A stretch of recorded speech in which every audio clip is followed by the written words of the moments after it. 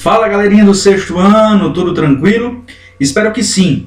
Hoje nós vamos dar continuidade ao nosso conteúdo da unidade 2 da nossa apostila, Olhares Diferentes. Na aula de hoje nós vamos fazer algumas reflexões a respeito das relações que podem ser estabelecidas entre os olhares diferentes e o respeito. Nas aulas que nós tivemos sobre esta unidade, nós podemos perceber que os nossos olhares são como janelas que se abrem para o exterior e para o interior. A forma como nós vamos observar o exterior e o interior vai receber influências de diversas situações e contextos nos quais nós estamos inseridos, de diversas vivências e experiências que nós vamos tendo e construindo ao longo das nossas vidas. Nós vimos nesta unidade que é possível que nós percebamos as coisas por uma perspectiva positiva e por uma perspectiva negativa, dependendo das experiências parecidas que eu já tive com aquela determinada situação. Dito isso, é possível também nós lembrarmos que essas maneiras que nós temos de perceber as coisas fazem com que nós possamos construir relações entre aquilo que nós vivemos. Então, por exemplo, se eu vivi uma situação delicada, triste, em determinado momento eu vivo algo parecido com isso novamente, as experiências que eu vou ter vão ser experiências, infelizmente, negativas. Porém, se eu passo por uma determinada situação que me agrada, que me faz bem, logicamente, quando me deparar com situações parecidas, vou me sentir bem, vou me sentir agradável, vou me sentir confortável.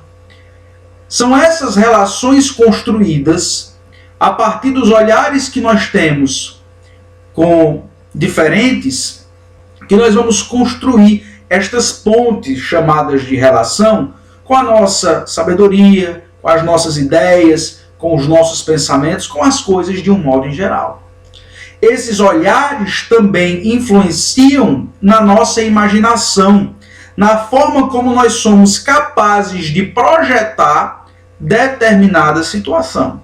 Então, por exemplo, novamente, eu fui para um cinema, né? E aí no cinema eu comprei o ingresso, entrei na sala de cinema, assisti o filme, comi a pipoca, tomei um refrigerante, mas algo naquele dia não me agradou, não me fez bem. E aí um colega meu, um amigo meu, passa pela mesma situação, repete o mesmo ritual que eu já tinha praticado. Vai ao cinema, compra o ingresso, entra na sala de cinema, come a pipoca, toma um refrigerante. E ele acha tudo aquilo maravilhoso. Ele achou que tudo foi maravilhoso. E aí vocês dois vão se encontrar para conversar. De repente ele diz, olha cara, eu fui para o cinema, foi fantástico. Tudo naquele dia foi maravilhoso para mim. Aí você olha para ele e diz, para mim não, foi diferente. A minha experiência com aquela situação foi diferente. Eu achei que a pipoca não estava legal. Achei que o refrigerante estava quente. Achei que o filme não foi tão interessante assim. Então, os nossos olhares são diferentes sobre uma mesma situação, porque o que nós vivemos vai influenciar naquilo que nós vamos relatar como possibilidade de construção, né? Então, por exemplo, essa pessoa, né, você que foi lá no cinema e não gostou daquela experiência, nas próximas vezes você pode imaginar que o filme daquela produtora, que o refrigerante daquela marca, que a pipoca daquela marca não são legais. Então, a gente começa a fazer relações, a imaginar também de acordo com as situações que nós já vivenciamos. E essas perspectivas que nós estamos conversando agora, de imaginarmos algo, faz menção ao que nós conhecemos como hipóteses. no decorrer das nossas vidas, ao longo das nossas experiências, nós vamos conseguindo construir hipóteses para diversas situações que nós vivemos no cotidiano. Então, por exemplo, voltando para o exemplo do cinema. Aquele filme pertenceu à produtora tal. Então, a minha hipótese é que outros filmes produzidos por ela não são tão interessantes. Mas aí eu já conheço um filme de uma produtora que é top, que é boa demais. E aí eu crio uma hipótese de que todos os filmes que são liberados por ela, são produzidos por ela, são bons. Então, mas Davi, toda hipótese é verdadeira? Nem sempre. A gente tem sempre que averiguar, investigar, né? E buscar a radicalidade daquele problema, e buscar a totalidade daquele problema, para que a gente possa conhecer de fato aquilo que nós estamos propondo, dizendo ou afirmando. É importante também que nós lembremos que os nossos sonhos também recebem influências da maneira como nós olhamos as coisas, percebemos as coisas, né? E aí também há uma relação muito próxima entre a forma como nós percebemos as coisas com a arte. Muitas vezes a gente escuta assim, mas fulano é um artista, aquela obra de arte, aquilo é uma obra de arte, eu não vi nada de interessante naquilo, eu acho que aquilo não é arte. Então, são perspectivas diferentes de conhecer a arte, de ter uma relação com a arte. Muitas vezes você não compreende a intenção do artista porque você não compreende o papel transformador da arte na vida daquele artista. Então, por exemplo, você vê uma escultura lá em determinado museu ou em determinada exposição, você olha e diz, mas como um cara desse é considerado um artista? Né? Porque talvez nós não tenhamos a sensibilidade artística desenvolvida para compreender o potencial artístico que está por trás daquela produção. Então, os nossos olhares, a forma como nós olhamos as coisas, também influenciam na arte. Ok? E aí, para que nós possamos fazer algumas reflexões acerca desse conteúdo, nós vamos fazer algumas relações entre os olhares diferentes e o respeito.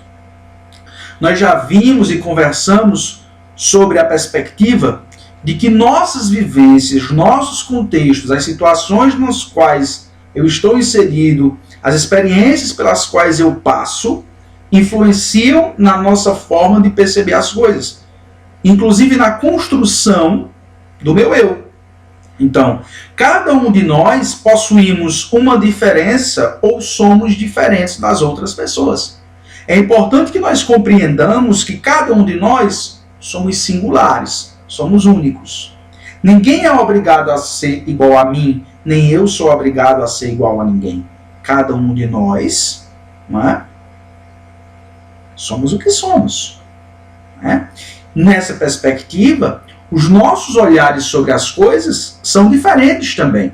Então, por exemplo, o nosso olhar sobre a sociedade, sobre a cultura, sobre a religião, sobre a política, sobre o futebol, sobre o teatro, sobre o cinema, sobre a literatura, sobre a poesia, sobre a música, são diferentes porque nós temos constituições diferentes.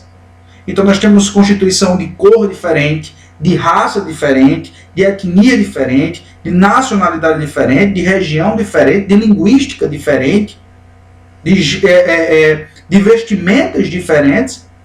Isso é construído a partir dos contextos sociais, culturais que eu sou inserido. E aí, cada um de nós possui essa personalidade dentro daquilo que eu fui me constituindo na sociedade e nos contextos nos quais eu fui inserido. E aí eu tenho que perceber que o que é bom para mim pode não ser bom para determinada pessoa. O que é bom para determinada pessoa pode não ser bom para mim. O que me faz bem pode não fazer bem ao outro. O que faz bem ao outro pode não fazer bem para mim. Então, nessa perspectiva, nós precisamos fazer uma relação com o respeito no sentido de compreendermos o que o outro é, para que nós possamos também ser compreendidos e respeitá-lo.